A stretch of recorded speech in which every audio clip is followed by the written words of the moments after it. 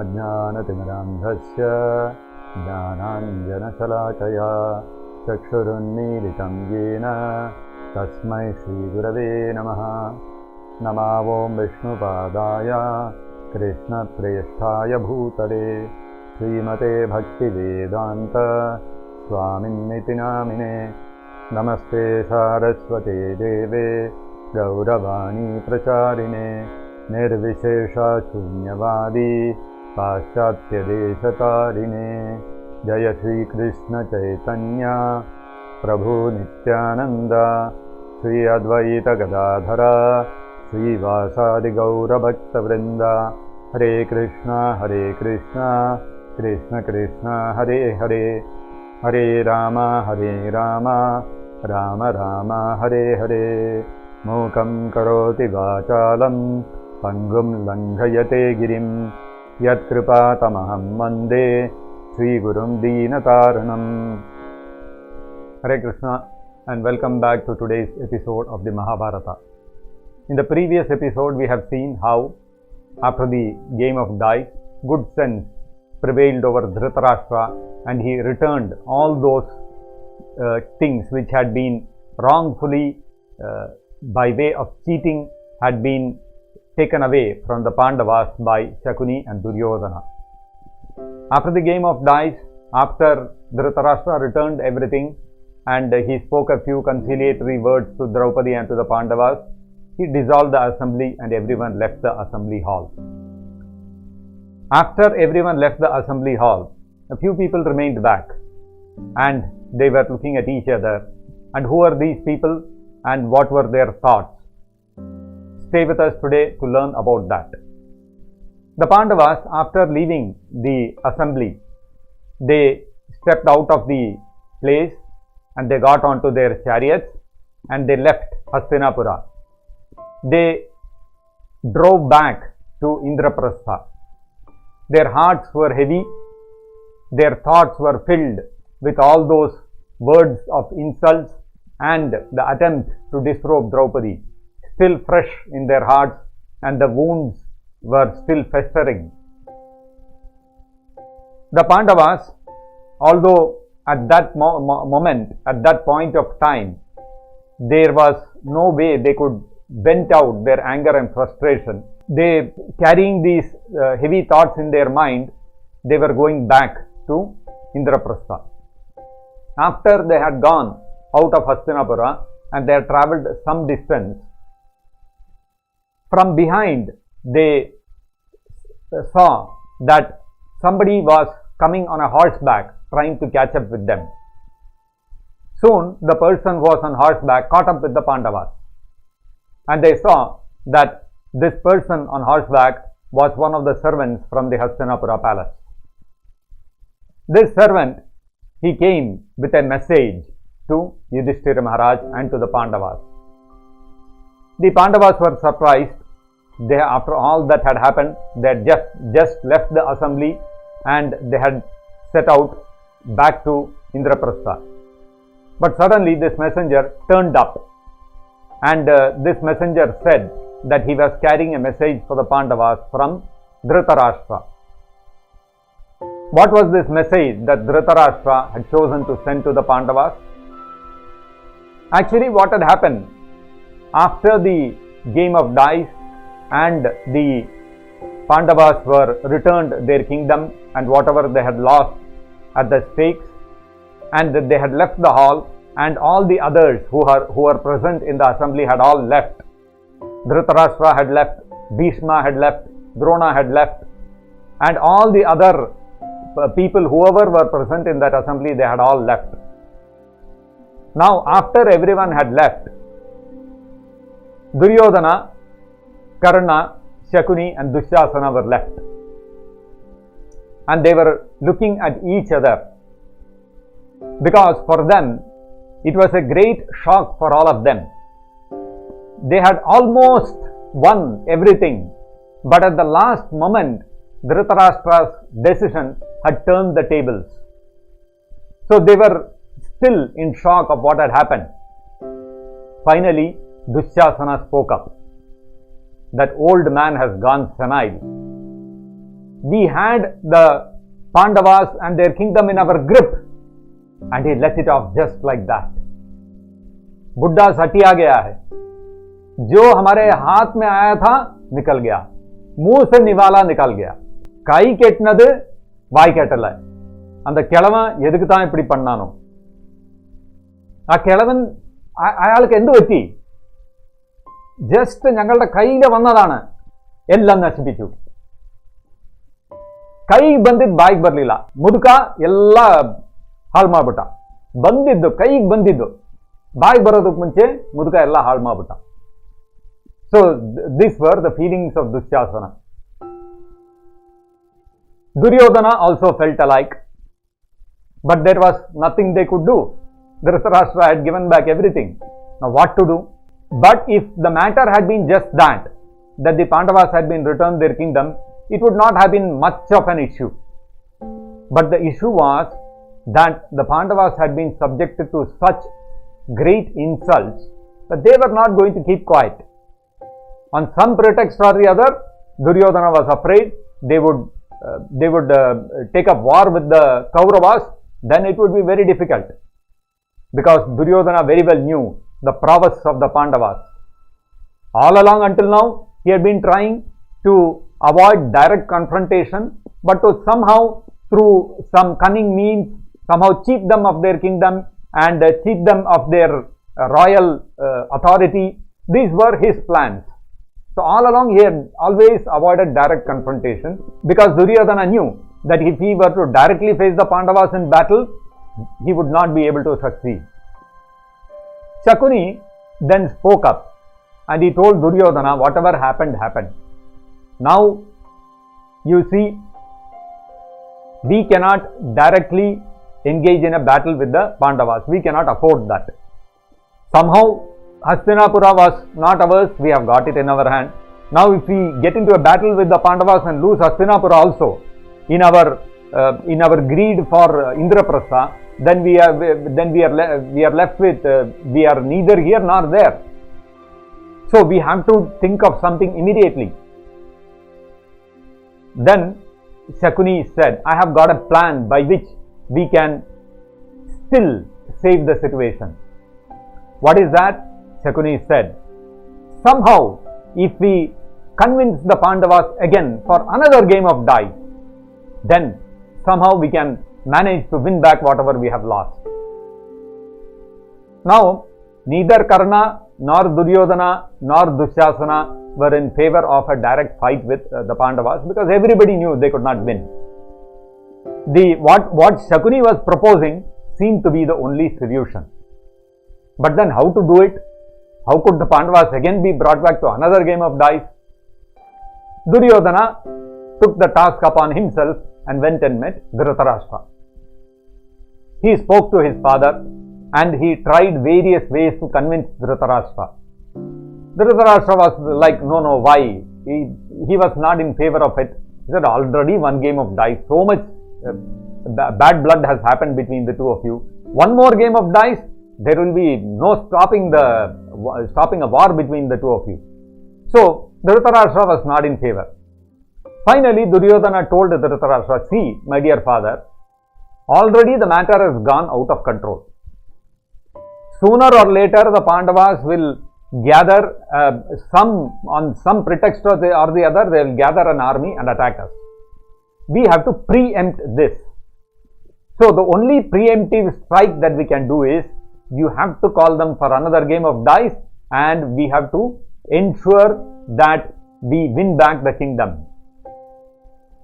Now, if we don't do that, then what are we doing? We are inviting trouble, because the Pandavas are now like snakes who have been trampled upon. Once we trample upon a snake's head, after that you cannot think of just walking away silently. The snake will follow you and it will attack you and it will try to bite you.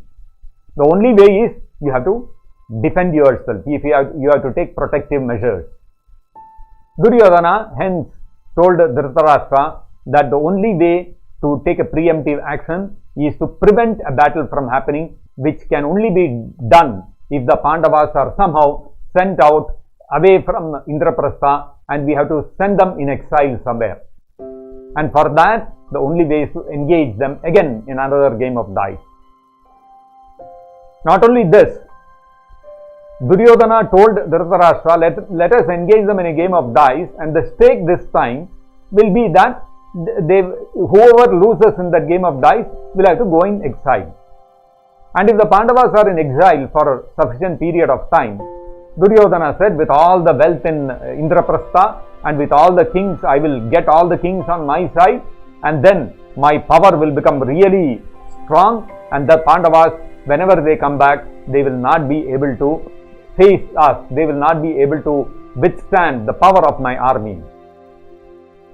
Dhritarashtra, although he was hesitant, finally Duryodhana's persuasive words finally overcame his hesitancy. So finally Dhritarashtra agreed, and Dhritarashtra summoned the servant and sent him, dispatched him to order Yudhishthira for another game of dice. When Dhritarashtra took this decision, and this decision came to be that the message started spreading everywhere that Dhritarashtra has again called for one more game of dice, the news reached Gandhari's ears. She came running to her husband and she said, I heard that you have called for one more game of dice. Already I have heard what Draupadi had to go through in that assembly. It is unthinkable how Draupadi could have been subjected to such ignominy. And somehow you salvage the situation by returning everything. Now you have gone round the bend. You are again calling for another game of dice. Really, I mean, what do you think of yourself? Do you understand the consequences of your action? This is absolutely, what you are doing is absolutely wrong. On the other hand, Gandhari, the mother of Duryodhana, she advised Dhritarashtra, on the other hand, please hand over the kingdom to the Pandavas and banish Duryodhana from the family. You send him away from Hastinapura, don't keep him here. This was a mother's advice to Dhritarashtra. Duryodhana's own mother, she could see the evilness in Duryodhana and the righteousness of the Pandavas. And she was fully in favor of the Pandavas, and she said better to reject Duryodhana and avoid any sort of ill will and fighting within the family. But Dhritarashtra, what was Dhritarashtra's response? He told Gandhari, you see Gandhari, whatever I have to do, I have done. Now, whatever happens by the will of Providence, let it happen. I cannot help it. And he walked off. Now Gandhari, what could she do? She had tried her best. She went back. And finally, this messenger dispatched by Dhritarashtra had now reached the Pandavas, and he was standing in front of Yudhishthira with the message from Dhritarashtra. What was the message? The message was, the king is calling you, Yudhishthira Maharaj, for another game of dice. Yudhishthira looked at his brothers and he said, I am helpless. It is the duty of a Kshatriya never to say no to a challenge. Over and above this, Dhritarashtra is in the position of my father, he is my elder, he is ordering, I cannot disobey him. The other brothers in Draupadi, they also understood and fully well they empathized with Yudhishthira Maharaj's position, and they could understand that there was hardly anything else they could do in the face of the following the rules of Dharma. Actually, what we have to understand is, there are rules of Dharma for protecting oneself, and then there are higher rules. There are secondary principles and there are higher principles. When at a very individual level, if I am very selfish, I take care of myself. Now, when I am not living alone in this society, I am living in the midst of so many relatives, friends, servants, so many people are serving me, so many animals, and there are so many demigods, devatas who are providing me so much facilities and conveniences in nature. So I am living in the midst of all of these things. So I have duty towards my own, taking care of my own welfare. Then I also have to think about higher principles, welfare of my family, then welfare of my friends and relatives, welfare of the entire humankind, welfare of other animals, welfare of this earth, welfare of this environment. We have responsibility towards all these things. At an individual level, if you see, the Pandavas knew that this game of dice is not going to augur well for them. It will bring about their own downfall. But then, as Kshatriyas, they had to rise above the principles of taking care of one's own welfare. They had to take care, as Kshatriyas, they had higher principles to follow. So since they were Kshatriyas, since they were rulers, those principles took precedence over their personal welfare. So Yudhishthira could not refuse Dhritarashtra's order, and he came back for the second game of dice. Now, when the second game of dice started, again it was the same assembly. The Dhritarashtra was sitting at the head of the assembly, surrounded by Bhishma, Drona, Vidura, and opposite Yudhishthira Maharaj to play the game of dice was Duryodhana, and on his behalf, as usual, it was Shakuni casting the dice. The entire assembly was very unhappy. Everyone was censuring Dhritarashtra that why is he doing this? But then Dhritarashtra was completely under the control, under the sway of his greedy son, and he could not help it, although he knew at his heart that what he was doing was completely wrong. Now, in the second game of dice, Shakuni spoke to Yudhishthira Maharaj, and in the being audible to the entire audience, Shakuni put the conditions of the game. Shakuni informed Yudhishthira Maharaj and the rest of the assembly, whatever we played, and somehow we won, you lost. Let us forget all those things. Now it is a new game of dice, and here the stakes are much higher. If Duryodhana and I lose in this game of dice, then we all Kauravas will leave our kingdom and we will live in the forest in exile for 12 years. And in the 13th year, we will live in some city or village or town incognito, in disguise, such that nobody can recognize us. And if the 13th year we are able to pass successfully without your detecting us, where we are and who we are, then in the 14th year you will return the kingdom to us. Suppose in the 13th year of exile you recognize us, you manage to find us out, and you are able to spot us, you are able to see through our disguise and identify us, then we will go back to another 12 years of forest exile and one more year of incognito, living in incognito. And then Shakuni said, if we lose, this is the condition, and if you lose, the same conditions will be applicable to you. Look at Shakuni's cunning nature. He did not immediately say that if you lose, these are the conditions.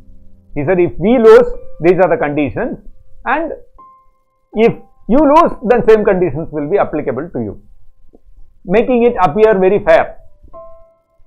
Now, Yudhishthira Maharaj looked at Dhritarashtra, that what he had to say. Dhritarashtra was silent. Then Yudhishthira Maharaj said, I am bound by the instructions of my elder, which is Dhritarashtra, and therefore I unwillingly am accepting these conditions. Let the dice roll. And then Shakuni cast the dice. And when the dice was cast, again Yudhishthira Maharaj lost the game of dice and Shakuni won the game of dice. Now it was decided that the Pandavas will have to go for 12 years in forest exile, followed by 1 year of living incognito. As far as the Kauravas were concerned, they were thrilled. Duryodhana's heart's desire had been fulfilled. Shakuni's plan had worked and the Kauravas were now in control of the kingdom of the Pandavas, Indraprastha. And Duryodhana was gleeful and he was thinking, now, with time, by the time the Pandavas have finished their 12 years of exile, I would have consolidated my power. They will not be able to come back and oppose me. And after that 1 year of living incognito, very tough, I'll be able to somehow figure them out. That was Duryodhana's thinking.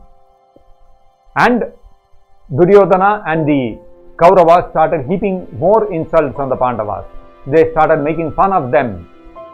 And Bhima could not control his fury. And he reiterated his vow. He reminded Dushyasana, you are laughing at us now? Remember, I am going to, in the battlefield, I am going to tear open your chest and drink your blood. And Duryodhana, you also remember, very soon we will face each other in battle, and that day I'll break your thighs and I will see that you bite the dust.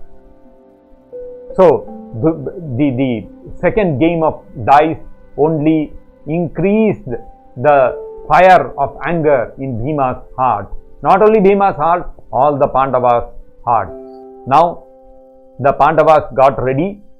They had to, since they had to live in the forest, they could not go there with all their jewelry and their royal clothes and all that. They had to give it up and take on deer skin and tree bark and remove all their ornaments, and carrying just their weapons and this very simple attire, they set out for the forest.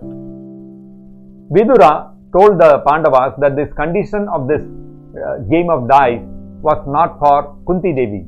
She is already very elderly and she would not be able to bear the rigors of 12 years in the forest. So therefore Vidura requested the Pandavas to entrust Kunti in his care, and as long as the Pandavas would not return, Kunti could remain in his house. And as far as the sons of the Pandavas were concerned, they were sent to Drupada, to Draupadi's father's place, where they could grow up and they could be trained in the various duties of the Kshatriyas. Subhadra, with her young son Abhimanyu, she was sent back to Dwaraka. So, as the Pandavas' sons grew up, sometimes they would spend some time in Panchala Desha along with in Drupada's palace, and sometimes they would go to Krishna's place in Dwaraka, spend some time there, and like this they grew up in these two households. In the meantime, the Pandavas now got ready and they left for the forest. And this is how the Pandavas had to leave Indraprastha, and Duryodhana won over Indraprastha in this manner, and the Pandavas left for the forest. Now what all happened in the forest when the Pandavas went on exile? Continue to remain with us, and in the next few episodes we will look at what all travails the Pandavas had to undergo in the forest during their time of exile. Thank you for joining us today. Hare Krishna. Jagat Guru Srila Prabhupada Ki Jai. Nitai Gaur Premanande Hari Hari Bol.